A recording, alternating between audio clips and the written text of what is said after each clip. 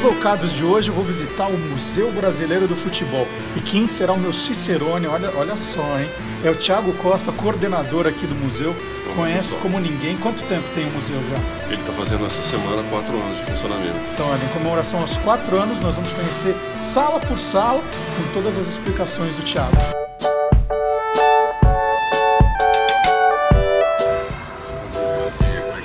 Esse aqui normalmente é o guarda-volumes aqui do museu, né? E aqui a gente já faz uma brincadeira como se fosse um vestiário de futebol. Quando a pessoa vem guardar a mochila, a bolsa, a pasta, a gente já coloca a camisa de alguns dos ícones do futebol mineiro. Você começa a visita no museu com uma preleção dentro de um guarda-volumes. Então, tem nomes históricos, as pessoas conhecem, por exemplo, Ronaldo Fenômeno, o Éder Aleixo, o Dirceu Lopes. Tem sempre pão de queijo aqui também, né? Normalmente não. Em dias especiais assim, a gente recebe o visitante com um pão de queijo, né? O cheiro tá ótimo, né?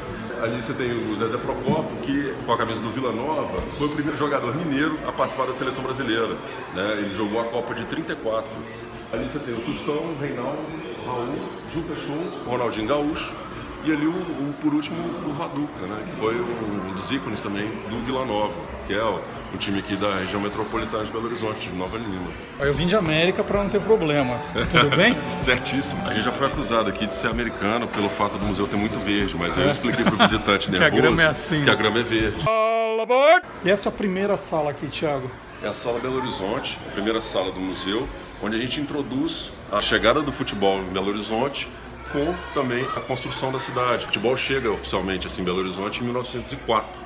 E a cidade foi inaugurada em 1897, então você tem um intervalo de 7 anos desde a fundação de Belo Horizonte. É uma cidade planejada, metricamente composta, né, com plantas até baseadas na planta de La Plata, na Argentina, e de Washington, D.C. Então, assim, a comissão construtora, né, junto com o projeto político do Afonso Pena e de um grupo político dele, para a construção dessa cidade. Uma cidade com todos os caráteres republicanos, né? Então, aquela cidade positivista, dividida como um tabuleiro de xadrez, com as zonas urbana, suburbana e a zona rural. Esse aqui foi o primeiro estádio do América, o estádio Otacílio Negrão de Lima. Ele foi um estádio construído na década de 20 e essa foto aqui da década de 40. Esse aqui é o estádio Antônio Carlos, que já foi, todos esses estádios já foram demolidos. A gente só tem as perspectivas das fotos. O estádio do Atlético, que é onde tem um shopping center hoje, e o estádio do Cruzeiro, o estádio Juscelino Kubitschek, que fica no bairro Barro Preto. Hoje você tem só uma estrutura do clube lá. Essa aqui é a perspectiva da cidade, que você tem aqui, que é bem interessante. O Mercado Central, tá vendo? Sem cobertura. A Praça Raul Soares, o edifício JK, que é um dos edifícios mais altos do Belo Horizonte, ainda em construção. O estádio do Atlético aqui, onde tem o shopping center na Avenida Olegário Maciel. E aqui o estádio do Cruzeiro, no Barro Preto. Então, até a proximidade dos dois rivais, né? Aqui divididos pela Avenida Amazonas. Aqui a gente tem a sala do Mineirão, que a gente fala da construção do estádio, a maquete original do lançamento do estádio e ali o dia da inauguração do Mineirão.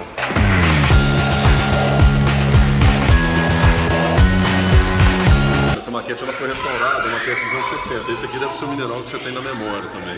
Esse estádio construído para 110 mil pessoas. E essa foto é muito legal, que ela mostra como que era o entorno do Mineirão quando ele foi construído. Aqui em cima está o centro de Belo Horizonte. E aqui você tem a cidade como um todo, que era um terreno acomodado com a UFMG, né? E aí para movimentar um pouco a cidade. Aqui a gente tem cenas da inauguração do Mineirão. O Google, que fez o primeiro gol do estádio no jogo inaugural entre a Seleção Mineira e o River Plate da Argentina. Aqui é a Seleção Mineira, que você tem alguns jogadores marcantes do futebol brasileiro aqui. O Tostão, com aproximadamente 18, 19 anos, e do lado dele, o Dirceu Lopes. Ali a gente tem placas comemorando, na época que ainda chamava CBD, né? A Rádio Guarani, a própria Federação Paulista de Futebol, o Palmeiras, porque o Palmeiras jogou aqui 2 dias depois. O Mineirão foi inaugurado dia 5 de setembro de 1965 e no dia 7 de setembro de 65 o Palmeiras jogou representando a seleção brasileira contra a seleção do Uruguai. Ganhou por 3-0, né, aquele time do Ademir da Guia. E o River Plate da Argentina, na época que fez uma placa celebrando a abertura do estádio. essa aqui provavelmente vai ser a sala que você e os fãs dos Translocados vão mais gostar nessa parte do museu. São súmulas? São as fichas de todos os jogos do Mineirão, são 3.600 fichas de todos os jogos que aconteceram de 65 até 2010 para a reforma.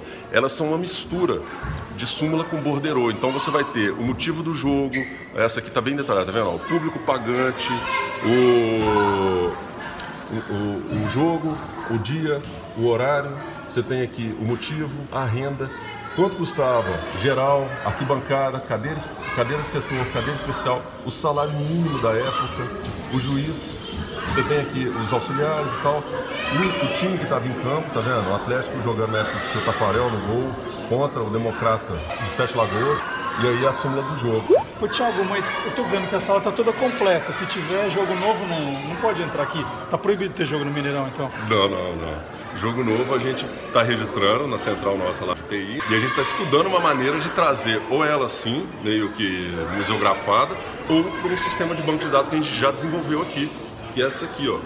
Aqui você pode pesquisar ela de forma sistemática, então se você quiser vir aqui e jogar o nome, por exemplo, Pelé, aí ele vai puxar, você vai ter aqui 27 fichas com a ocorrência do Pelé. Então o primeiro jogo do Pelé no Mineirão foi um jogo entre a Seleção Mineira e o Santos. Você pode dar um zoom e ver esse acervo que a gente disponibiliza, que é um acervo registrado no antigo Mineirão. E essa aqui, Thiago, me disseram que é a sala mais polêmica do museu. Sim, Sala das bandeiras. Exatamente. Por que polêmica, hein? Ó, ela começa polêmica porque você tá vendo que ela é verde. Foi essa sala aqui que a gente foi acusado de ser americano, tá vendo? Olha lá. E aí, a outra questão é a seguinte, essas bandeiras, elas foram doadas pelos times visitantes para o Mineirão. Alguém, o pessoal do Mineirão, ligava para os clubes e falava, vamos pôr as bandeiras no hall. E as bandeiras estavam dispostas no hall em dia de jogo. Depois esse acervo foi disposto aqui. A gente não colocou as camisas dos times locais. Atlético, Cruzeiro e América não tem bandeira aqui, porque a ideia é falar dos visitantes no estádio. Só que as bandeiras não têm o menor padrão. Então você pode ver, e que eu achei isso extremamente honesto, porque você mostra que a sala é uma contribuição dos visitantes do estádio. E aí você tem algumas lacunas de clubes que não deixaram bandeiras aqui. Você pode reparar que tem alguns times famosos do futebol brasileiro que não tem. São Paulo, Palmeiras. Não tem. Não deixaram. Lacunas que a gente começou a preencher ao longo do tempo. E que tem duas lacunas que foram preenchidas recentemente de uma forma bem interessante. 3, no caso. A primeira está aqui atrás de mim, que é a bandeira do Inter. A gente tinha a bandeira do Juventude, bandeira do Grêmio. O Inter veio jogar aqui no Mineirão. O pessoal do Consulado Colorado veio, visitou o museu, achou um absurdo não ter a bandeira do Inter, tiraram a bandeira deles e doaram para o museu. A segunda foi essa do Santa, porque a gente tem bandeira do Sport e do Náutico. E o Santa, simpaticamente, um dos clubes mais simpáticos que visitou o estádio, fez questão de trazer a bandeira deles. E ali a gente tem a bandeira do Bahia e do Vitória, que foi uma das histórias mais legais que a gente tem aqui, porque a gente tinha a bandeira do Vitória, e o pessoal do marketing do Bahia, visitando aqui o estádio para jogo, mediu a bandeira do Vitória e mandou uma do mesmo tamanho para o Rivelli. E aí a gente trouxe a bandeira para cá. Aqui, alguns materiais do Mineirão Antigo, acervos, né, do Mineirão Antigo. A gente tem a catraca do Mineirão, a primeira catraca do estádio, que foi usada até o fechamento do estádio para a reforma, para a Copa do Mundo. E aqui você tem uma janela de prospecção com as cores que essa catraca teve ao longo dos anos, tá vendo? Então assim, o vermelho, o azul e tal, que foi acontecendo. A outra era como era vendido o mate, o refresco aqui no estádio durante esse período. Aqui a gente começa a fazer a transição para o estádio reformulado para a Copa do Mundo. A gente tem as 3 bolas dos 3 últimos jogos antes da reforma do estádio para a Copa do Mundo. A bola do jogo Cruzeiro e Santos, depois América e Vila de Goiás, e depois Atlético e Ceará, que foi o último jogo antes da reforma do estádio para a Copa do Mundo. Aqui nessa sala a gente fala do Mineirão Novo, que a gente chama de Sala da Copa das Confederações. Foi o primeiro torneio teste, né, que o Mineirão recebeu visando a Copa do Mundo. E aqui a gente tem a camisa do Tahiti, utilizada pelo Jonathan Terral. O Jonathan Terral fez o primeiro gol do Tahiti fora da Oceania, que foi aqui no Mineirão. Ele fez um gol a favor e um gol contra. O jogo terminou 6-1 para a Nigéria. Mas Jonathan Terral deixou a história com a gente. A gente tem também a camisa da seleção japonesa, autografada pelos jogadores. estiveram aqui. Eu, por favor, não me pede para identificar quem é quem não, que é uma missão ingrata. E o Brasil e o Uruguai, que foi aquela semifinal da Copa das Confederações, né? O Neymar e o Cavani aí, que também foram protagonistas aqui no estádio. Essa maquete do projeto atual do estádio, ela evidencia essa questão da revitalização do espaço, né? O estádio tombado pelo patrimônio histórico.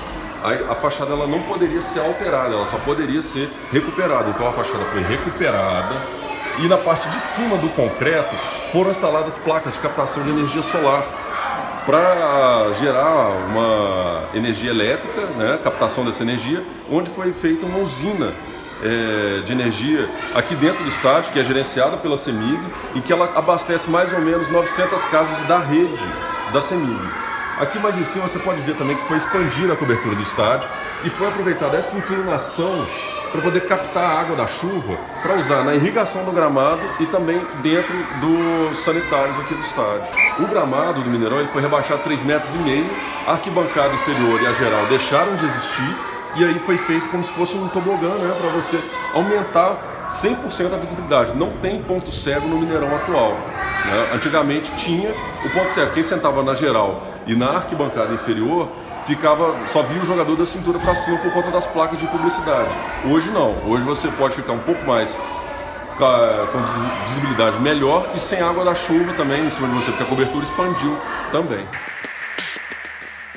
Aqui a gente tem a sala da memória, onde a gente mostra algumas imagens antigas do estádio e passa uma mesa para o visitante deixar um depoimento de até 60 segundos de um momento marcante dele do futebol, aqui no Mineirão, no museu, né?